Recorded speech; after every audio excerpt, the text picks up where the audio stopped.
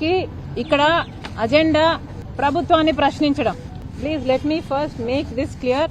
ప్రభుత్వాన్ని ప్రశ్నించడానికే కాంగ్రెస్ పార్టీ ఇక్కడికి వచ్చాం. మేమందరము ప్రభుత్వాన్ని ప్రశ్నించే విషయంలో నిన్న సింహాద్రిపురంలో మేమందరము వెళ్లి అక్కడ రైతుల్ని కలవడం జరిగింది. దాని తర్వాత మీడియాతో మాట్లాడడం జరిగింది.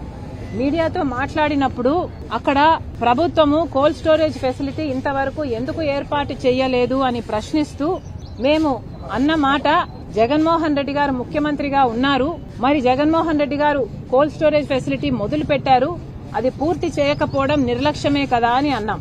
దానికి వైసీపీ వాళ్ళు రియాక్ట్ అయ్యి ఒక వీడియోని సర్క్యులేట్ చేస్తున్నారు.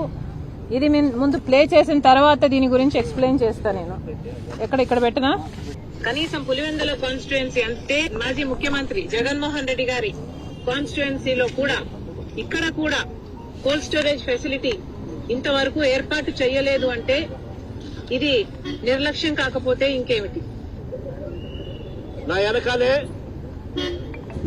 అక్కడ కనిపిస్తా ఉంది కదా, అక్కడ గోడౌన్ షేప్ లో 600 టన్నుల ఇంటిగ్రేటెడ్ బనానా కోల్డ్ స్టోరేజ్.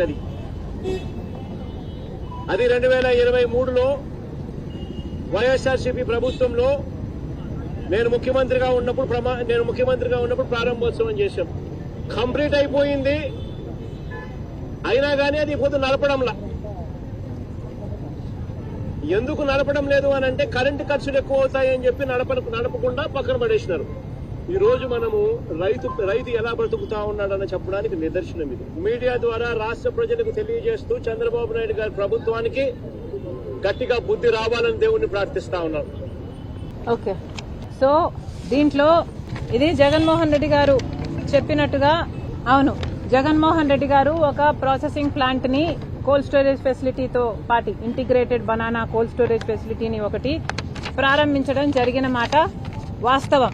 కానీ జగన్మోహన్ రెడ్డి గారు చెప్పినట్టుగా అది 2023లో దాని ప్రారంభం జరగలేదు. దాని ప్రారంభం జరిగింది 11th March 2024. ఇది please if it's possible please zoom in and take this. 11th March 2024న జగన్మోహన్ రెడ్డి గారు banana integrated plant 600 metric tons storage చేయగల కెపాసిటీతో జగన్మోహన్ రెడ్డి గారు 11th March 2024 అంటే ఇక కోడ్ వస్తుంది అని తెలిసి హడావిడిగా కోడ్ రాకముందు దీనికి ప్రారంభోత్సవం చేశారు జగన్మోహన్ రెడ్డి గారు. ఇది 2023లో ఇది ప్రారంభోత్సవం చేయలేదు. 2023లో ఇది నడపలేదు. జగన్మోహన్ రెడ్డి గారు దీన్ని ప్రారంభోత్సవం చేసింది March 11th 2024లో ఎలక్షన్లకు వస్తున్నాయి అని కోడ్ రాకముందు జస్ట్ ముందు మాత్రమే దీన్ని ప్రారంభించడం జరిగింది. కానీ ఇది ఆ రోజు ప్రారంభించే రోజుకి ఇది ఒక షెల్ మాత్రమే. జగన్మోహన్ రెడ్డి గారు ప్రారంభించడానికి అర్జెంటుగా దీన్ని పెయింట్లేసి అరటి గెలలు పెట్టి మీడియా కోసమని దీన్ని ప్రారంభించారు తప్పితే ఏ పనులు అక్కడ ఇంకా పూర్తి స్థాయిలో అవ్వలేదు. కనీసం ఈ ప్రాసెసింగ్ ప్లాంట్ నడవడానికి బోర్వెల్స్ అంటే వాటర్ ఫెసిలిటీ కూడా లేదు. ఆర్ఓ సిస్టమ్ కూడా ఏర్పాటు చేయలేదు. ఈ ప్లాంట్ నడవడానికి కావాల్సిన పవర్ ఫెసిలిటీ కూడా ఇవ్వలేదు. అంతేకాదు కోల్డ్ స్టోరేజ్ కు కావాల్సిన ఎక్విప్మెంట్ అయితేనేమి, ఆ కూలింగ్ ఫెసిలిటీస్ అయితేనేమి ఇవేవి ఏర్పాటు చేయకుండానే జగన్మోహన్ రెడ్డి గారు దీనికి ప్రారంభోత్సవం చేశారు. అంటే 11th Marchన జగన్మోహన్ రెడ్డి గారు ప్రారంభోత్సవం చేశారు. ఆ మరుసటి రోజు 12 Marchన నుంచి కనీసం ఒక్క అరటి గెల కూడా ఇక్కడికి రాలేదు. ఒక్క అరటి గెల కూడా ఇక్కడ మళ్లీ కోల్డ్ స్టోరేజ్ లో స్టోరేజ్ చేసిన దాఖలాలు లేవు. ఒక్క అరటి గెలను కూడా ఇక్కడ ప్రాసెసింగ్ చేసి ఒక ప్రోడక్ట్ గా మళ్లీ బయటికి పంపించిన దాఖలాలు లేవు. కనీసం జగన్మోహన్ రెడ్డి గారు ఈ 11 March నాటికి కాదు, అప్పటి నుండి ఇప్పటి వరకు ఇంకా 9 కోట్ల రూపాయలు కాంట్రాక్టర్ కు ఇంకా అలాగే పేమెంట్ ఇంకా ఇప్పటి వరకు కూడా జగన్మోహన్ రెడ్డి గారు పెండింగ్ పెడితే ఈ రోజు వరకు కూడా అలాగే పెండింగ్ ఉంది. అంటే ఇది కేవలం ఎలక్షన్ల ముందు హడావిడిగా మేం చేశామనిపించుకోవడానికి చేశారు తప్పితే జగన్మోహన్ రెడ్డి గారు దీన్ని చెయ్యనే లేదు. ఇందాక వీడియోలో చెప్పినట్టుగా జగన్మోహన్ రెడ్డి గారు కనీసం పులివెందుల కాన్స్టిట్యుయెన్సీ అంటే మాజీ ముఖ్యమంత్రి జగన్మోహన్ రెడ్డి గారి కాన్స్టిట్యుయెన్సీలో కూడా ఇక్కడ కూడా కోల్డ్ స్టోరేజ్ ఫెసిలిటీ ఇంతవరకు ఏర్పాటు చేయలేదు అంటే ఇది నిర్లక్ష్యం కాకపోతే ఇంకేమిటి? మేము నిర్లక్ష్యం అని అన్నాం. నా వెనకాలే అక్కడ కనిపిస్తా ఉంది కదా, అక్కడ ఆ గోడౌన్ షేప్ లో 600 టన్నుల ఇంటిగ్రేటెడ్ బనానా కోల్డ్ స్టోరేజ్ అది 2023లో వైఎస్ఆర్సీపీ ప్రభుత్వంలో నేను ముఖ్యమంత్రిగా ఉన్నప్పుడు ప్రారంభోత్సవం చేశాం. కంప్లీట్ అయిపోయింది, అయినా కానీ అది ఇప్పుడు నడపడంలా.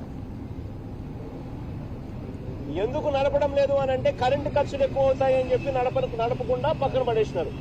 ఈ రోజు మనము రైతు ఎలా బ్రతుకుతా ఉన్నాడని చెప్పడానికి నిదర్శనం ఇది. మీడియా ద్వారా రాష్ట్ర ప్రజలకు తెలియజేస్తూ చంద్రబాబు నాయుడు గారి ప్రభుత్వానికి గట్టిగా బుద్ధి రావాలని దేవుణ్ణి ప్రార్థిస్తా ఉన్నారు.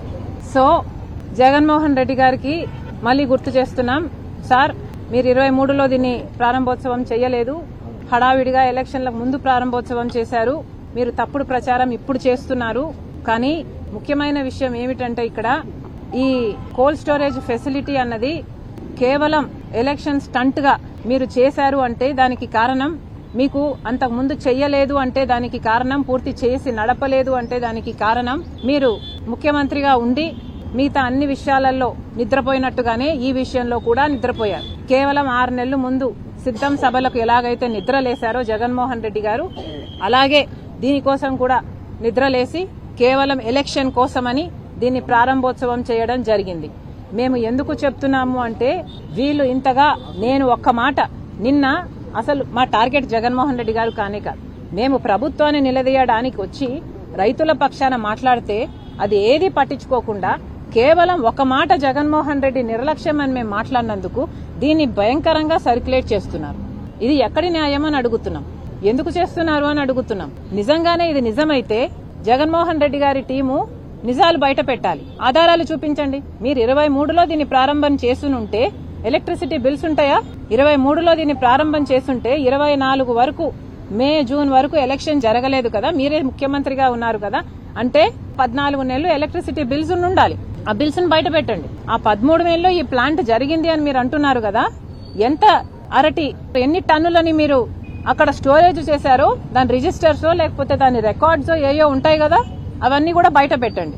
ఆ ప్రాసెసింగ్ ప్లాంట్ లో ఎన్ని గేలలను టన్నులను మీరు ప్రాసెసింగ్ చేశారు, ఏ ప్రోడక్ట్లని మీరు ఉత్పత్తి చేశారు, ఈ డీటెయిల్స్ అన్ని కూడా బయట పెట్టాల్సిన అవసరం ఉంది. నిజంగానే Congress party is challenging you. మేమన్న ఒక్క మాట పట్టుకొని మీరు ఇంతగా మమ్మల్ని సతాయిస్తున్నారే, ఈ నిజాలన్నీ బయట పెట్టండి. మీకు దమ్ముంటే మీరు చెప్పిన మాట నిజమని నిరూపించండి. ఇదే కాదండి, ఏదైనా కూడా మీరు జగన్మోహన్ రెడ్డి గారి టీమును గమనిస్తే మొట్టమొదటిగా వాళ్ళు మమ్మల్ని అటాక్ చేస్తారు. వీళ్ళు అటాక్ చేసిన తర్వాత మేము డిఫెండ్ మాత్రమే చేసుకుంటాం. అంటే వాళ్ళు అఫెన్సివ్ ఆడతారు, మమ్మల్ని అటాక్ చేయడమే పనిగా పెట్టుకుని వాళ్ళు అఫెన్సివ్ ఆడతారు. మేము ఇప్పుడే కాదు ఎప్పుడు కూడా సంజాయిషి ఇచ్చుకోవడం, సమాధానం చెప్పుకోవడం, అఫెన్స్ మాత్రమే మేము చేస్తున్నాం. మొన్న విషయంలో కూడా విజయమ్మ గారు ఒక లేఖ రిలీజ్ చేశారు. ఆ లేఖలో విజయమ్మ గారు స్వయంగా సంతకం పెట్టారు. విజయమ్మ గారు సంతకం పెడితే ఇక రాజశేఖర్ రెడ్డి గారి భార్యగా విజయమ్మ సంతకం పెట్టిన ఒక లెటర్ బయటకు వచ్చింది అంటే రాజశేఖర్ రెడ్డి గారిని అభిమానించే ఎవరికైనా అది సుప్రీంకోర్టు తీర్పు లాంటిది, ఇంకా దానికి తిరుగులేదు. అది రాజశేఖర్ రెడ్డి గారిని నిజంగా అభిమానించే వాళ్ళైతే. కానీ ఆ లెటర్ లో విజయమ్మ గారు చాలా స్పష్టంగా ఇక మాట్లాడకండి ఈ ఆస్తుల గురించి అని చెప్పిన తర్వాత కూడా మళ్లీ మాట్లాడుతున్నారు కాబట్టి మళ్లీ మేము రియాక్ట్ అవ్వాల్సి వచ్చింది. మళ్లీ మేము రియాక్ట్ అయితే మళ్లీ మమ్మల్ని కుక్కలు అంటారా అన్నారు. మేము అనలేదండి కుక్కలని. మేము అన్నదల్లా విజయమ్మ గారు చెప్పిన తర్వాత మాట్లాడకూడదు, డీసెన్సీ ఉన్న వాళ్ళెవరు, మేము మాట్లాడము అని చెప్తూ మీరు ఇంకా మాట్లాడుతూ ఉంటే ఇక మొరగడం కుక్కల నైజం అనుకోవాలి అని మాత్రమే నేను అన్నా. అంటే మీరే కదా భుజాలు తడుముకుంటున్నది, మేము కుక్కలమని మీరే అంటున్నారు. మరి మీరు కుక్కలో పిచ్చి కుక్కలో మాకు తెలియదు. నిన్న కాదు పొద్దున ఎవరో పాడ్కాస్ట్ లో ఒక చిన్న కామెడీ ఏదో చూపించారు. దాంట్లో అమ్మా షర్మిలమ్మ నువ్వు వైసీపీ వాళ్ళని కుక్కలతో పోల్చక తల్లి, కుక్కలు బాధపడతాయి అని ఉంది.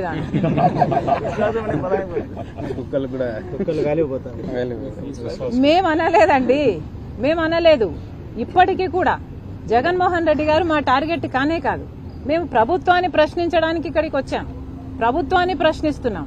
కానీ మీరు మమ్మల్ని టార్గెట్ చేసి నిన్న వీడియో రిలీజ్ చేయాల్సిన అవసరం ఏమొచ్చిందో మాకైతే అర్థం కావటం లేదు. మీకు ఏమాత్రం వీలున్నా లేకపోతే ఇంగితం ఉన్నా ఇక్కడ అరటి రైతుల కోసం మేము వస్తే మాతో కలిసి ఇంకో మాట అరటి రైతుల కోసం మాట్లాడతారా? లేకపోతే మేము అరటి రైతుల్ని బాగు చేయడానికని మేమొస్తే మా మీద మాట్లాడతారా? ఇంగితం ఉందా అండి మీరు చేస్తున్న దాంట్లో? మళ్ళీ మీరు ప్రతిపక్షం, అసెంబ్లీకి ఎలాగో పోరు. కనీసం నిజంగా ప్రజల పక్షాన పోరాటం చేస్తున్న వాళ్ళకైనా మీరు కనీసం కొంచెమైనా అయ్యో చేస్తున్నారులే అన్న భావన కూడా లేదు. మళ్ళీ చెప్తున్నాం, మీ జోలికి మేము రావటం లేదు. మమ్మల్ని అటాక్ చేస్తే మాత్రం మేము సమాధానం చెప్తాం. ఒఫెన్సివ్ గేమ్ మేము కూడా ఆడతాం, మాకు కూడా ఆడడం తెలుసు.